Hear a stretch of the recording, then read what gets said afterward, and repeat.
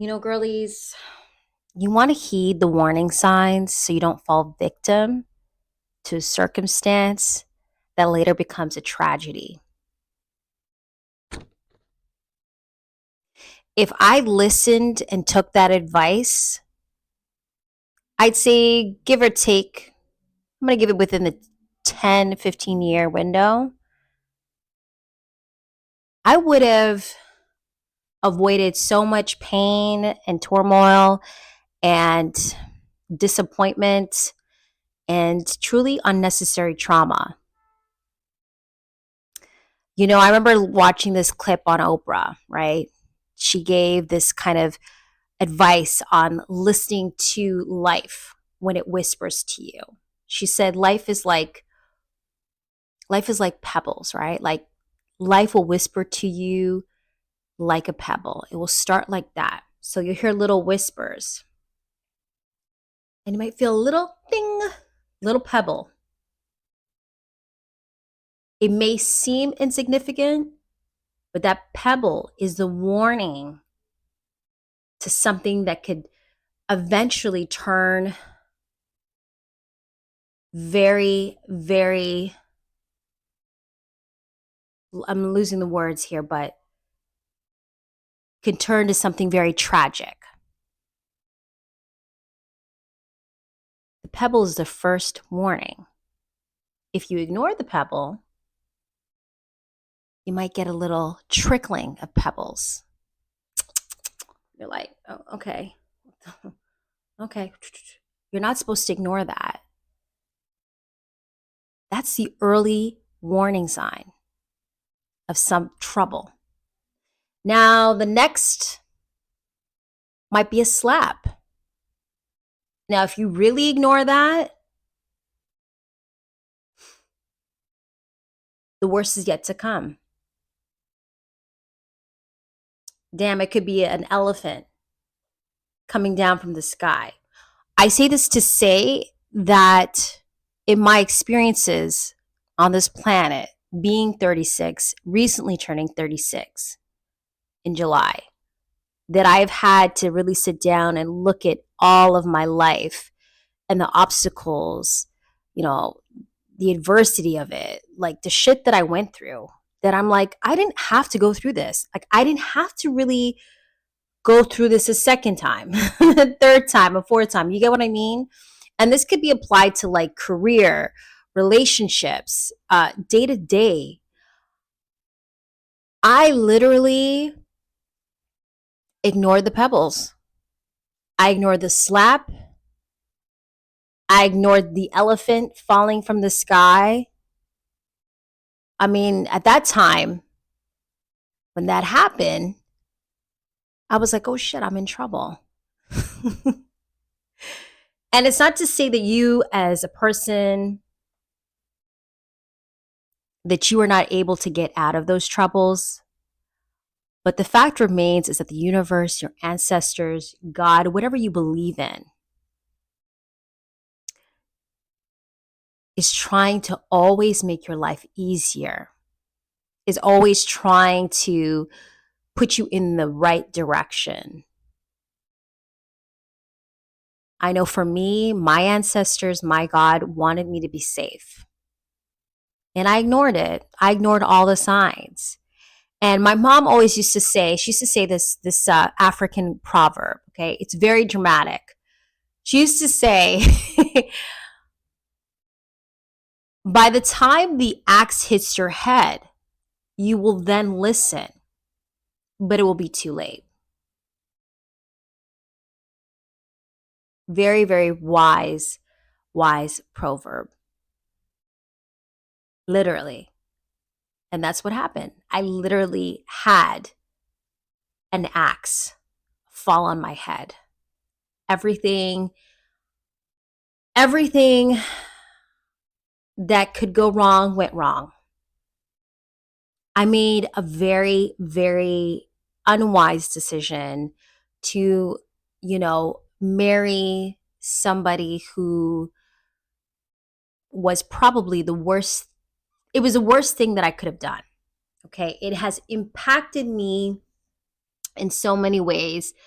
It's left scars. I'm a stronger person now. I know who I am as a woman.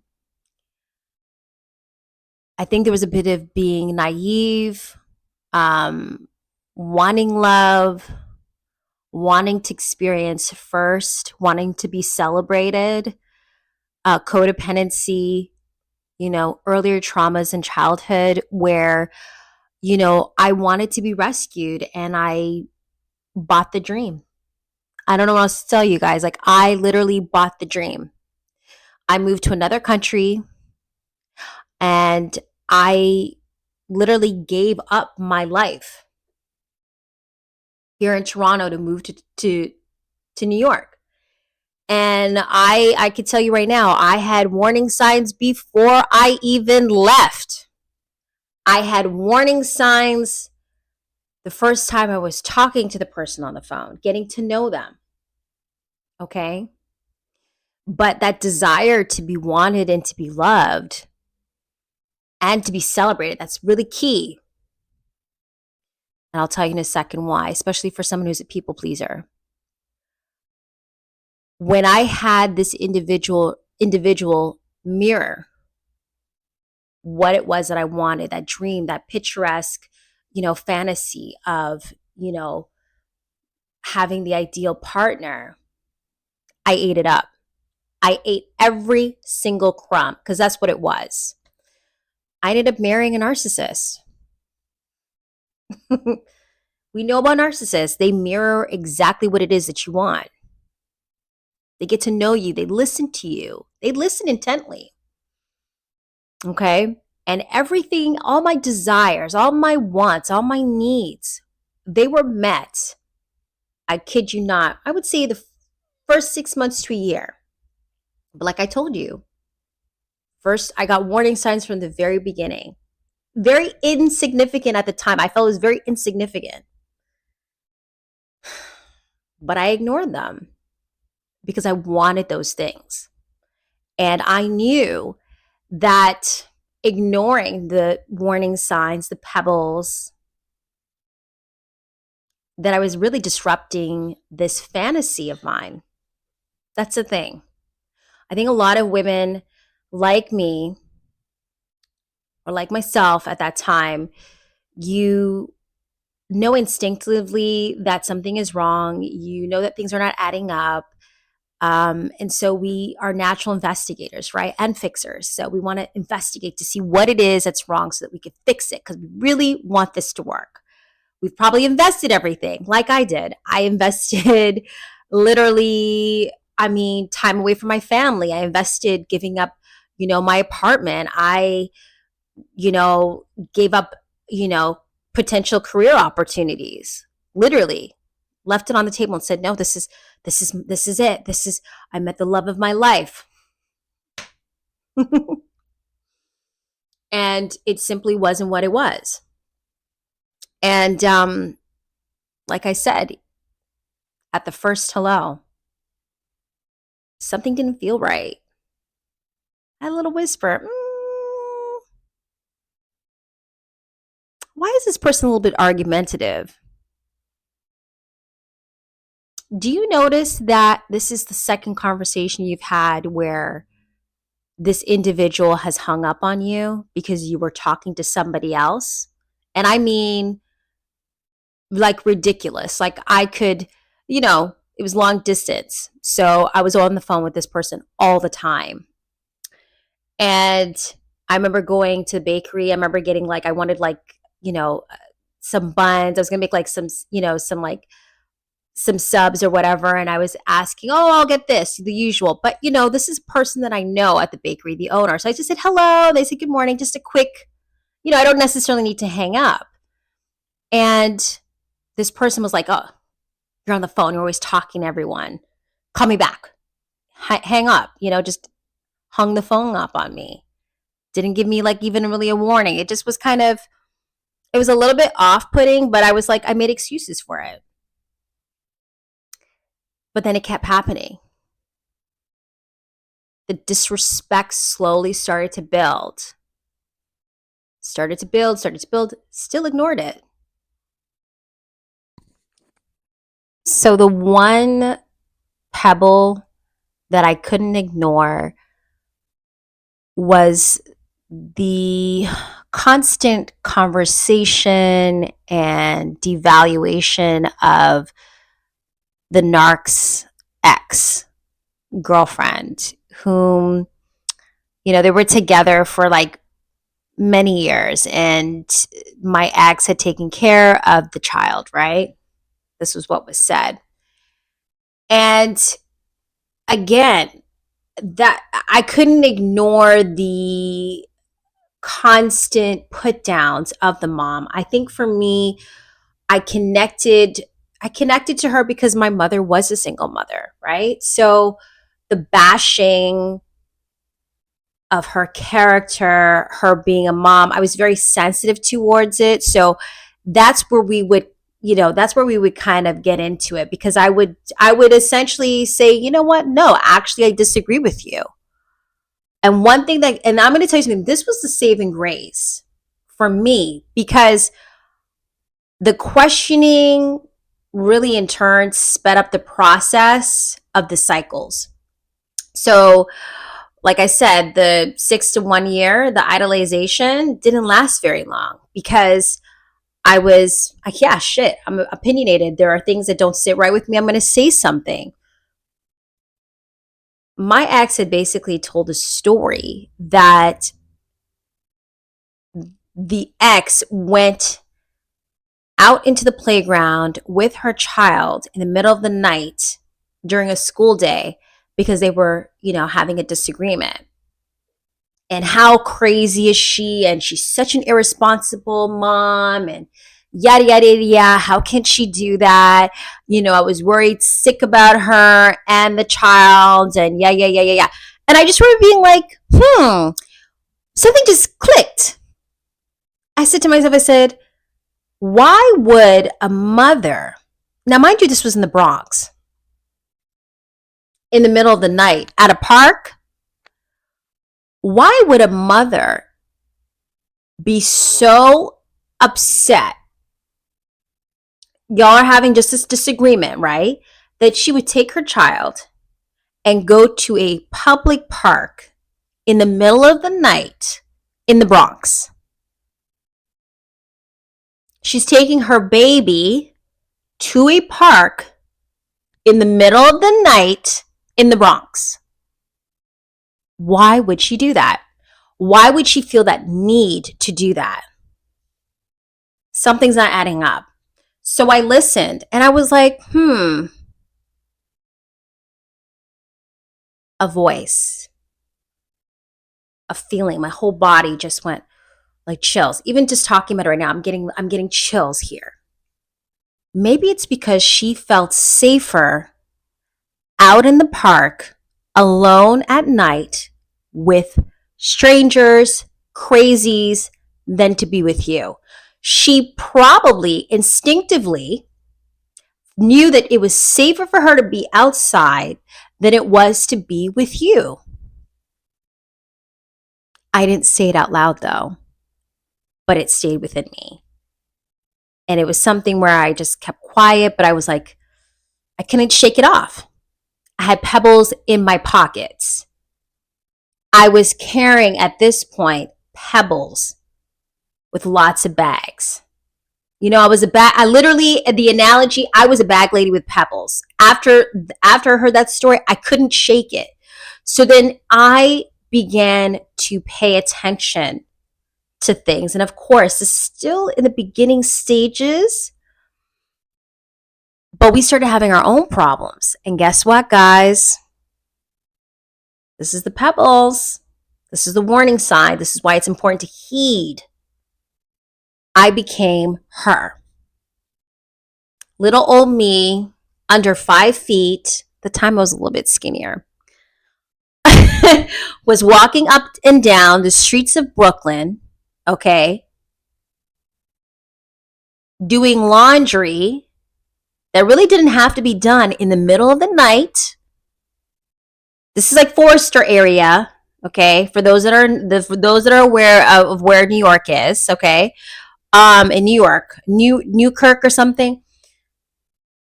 literally, I was literally so stressed out and so just tense. My body was tense. I needed to get air. I was constant fight and flight mode.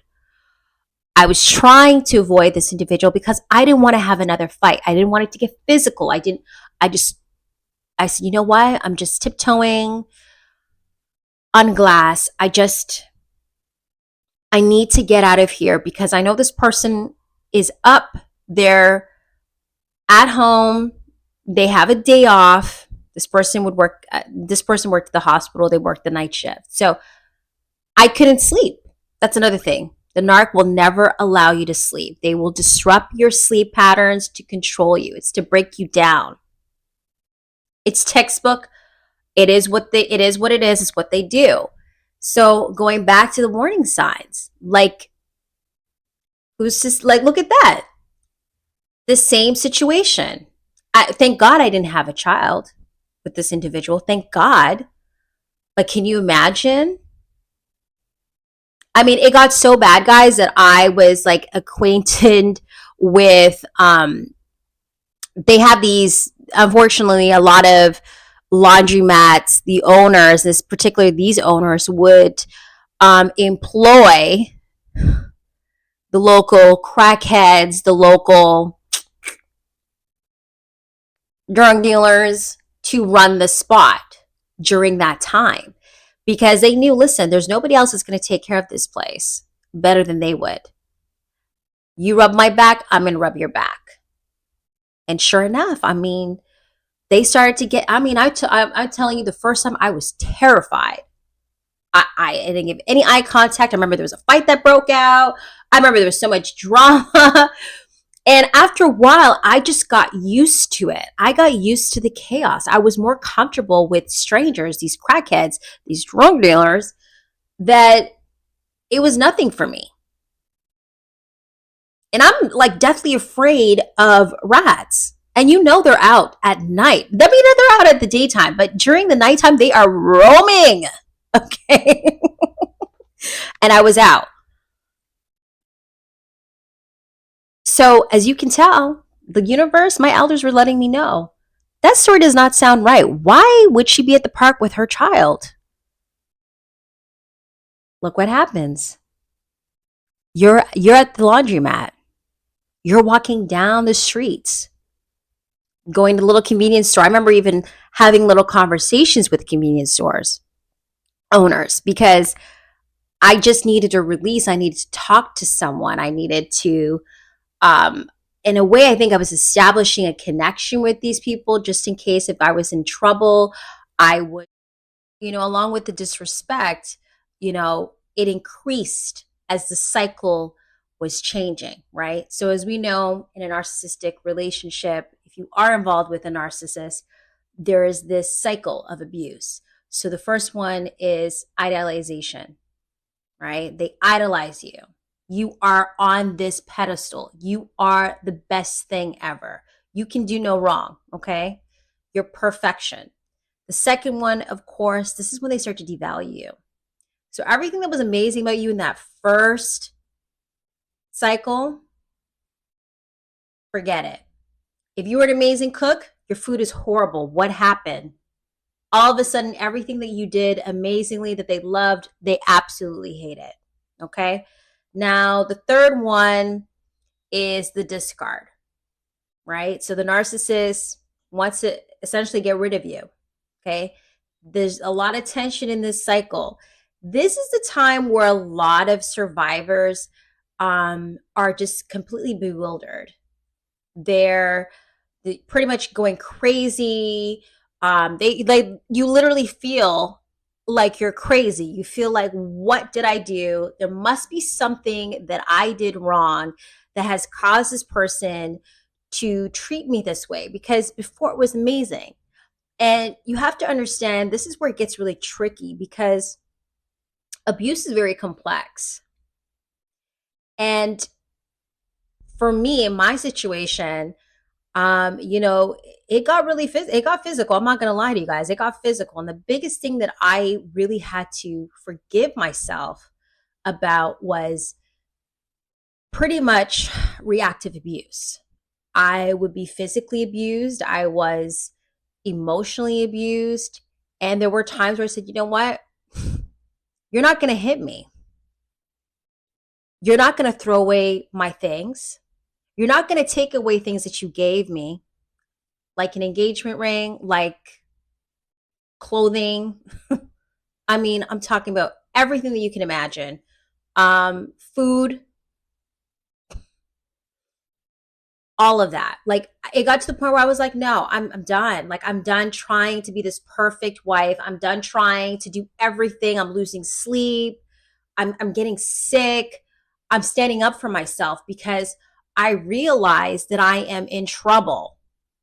See, the thing is with the narcissist, they've already, since day one, they've already figured out how this relationship is going to end because they understand the cycle. They have been through this cycle with many people before you. They've had lots of partners where it has literally been the same situation. So they're gearing up. They've already probably most likely have already found another partner, another supply. So, and they know that you know this. They know that you're confused and they want to keep you confused. And this is the time where unfortunately we have a lot of people, a lot of victims who, you know, tragically take away their lives. This is true.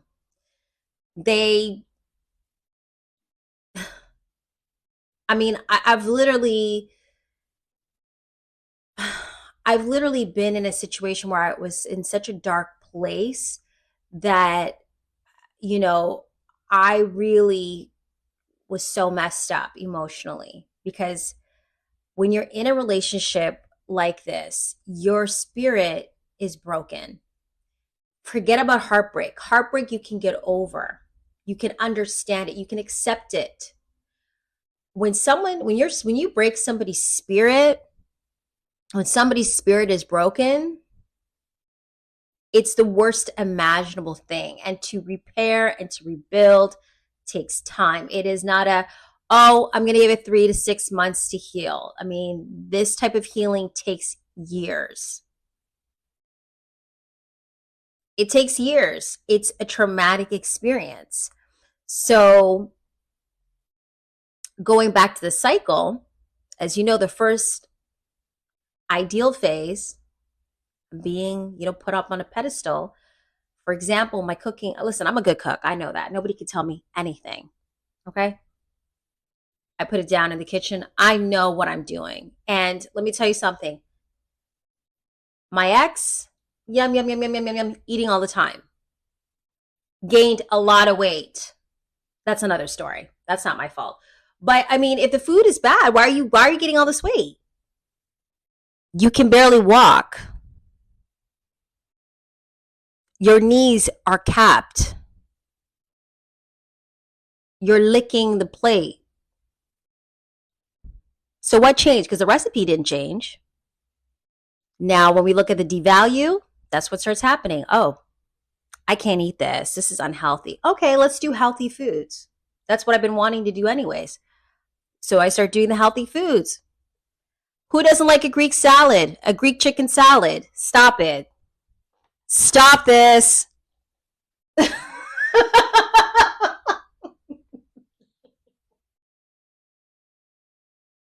You don't like salmon? Huh? You don't even like steak with mashed potatoes? Everything's fresh, by the way. I don't know anyone, and I know, like I said, this is the thing. Like it's craziness. It's crazy making behavior, and you cannot make this up. Everything from, wow, you know what? You're so smart. You're so intelligent. I love that I'm with a woman like this. You know, I never used to have that. I was with, you know, this, that, and the other. You know, all that crazy talk, right? Suddenly, you're too opinionated. You think you're better than everybody else. This is the devalue. Now, the discard, it's you think you're better than everybody else. Nobody will want you. You're a difficult woman. You're evil.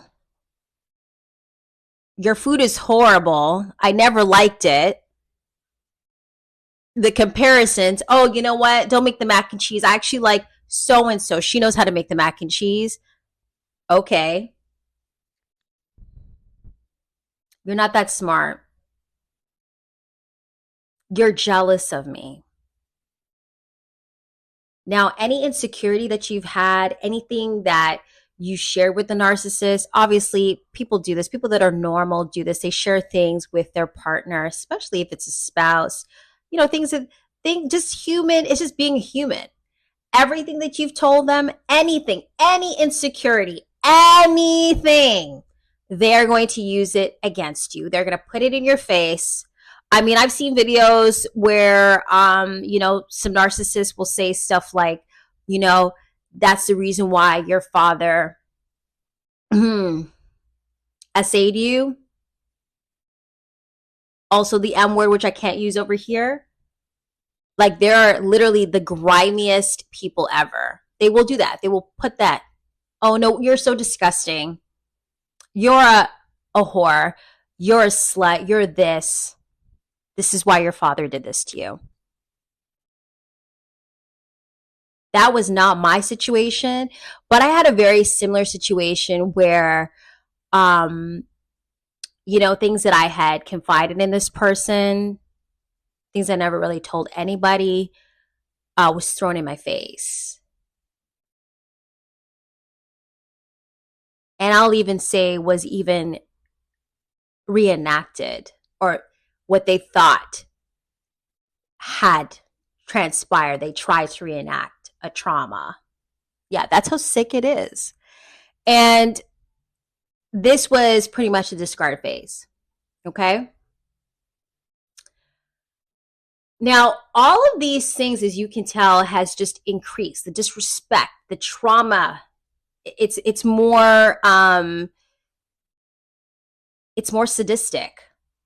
But from the get-go, before I got married, before I even, made our relationship official, there were warning signs.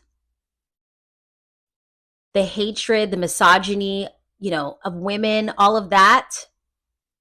I got a warning sign from the stories that the narcissist told me about an ex and her child, which was one thing that I don't know if it was a woman, it was just my intuition. I believe it was my intuition. I think it was just that connection I had with her being a woman with a child. It made her less of a threat, and I had compassion for her and her. So, girlies, in conclusion, you have to heed the warning signs. You have to listen to your intuition. You have to believe that what your body is screaming out to you is accurate. It's not made up in your mind.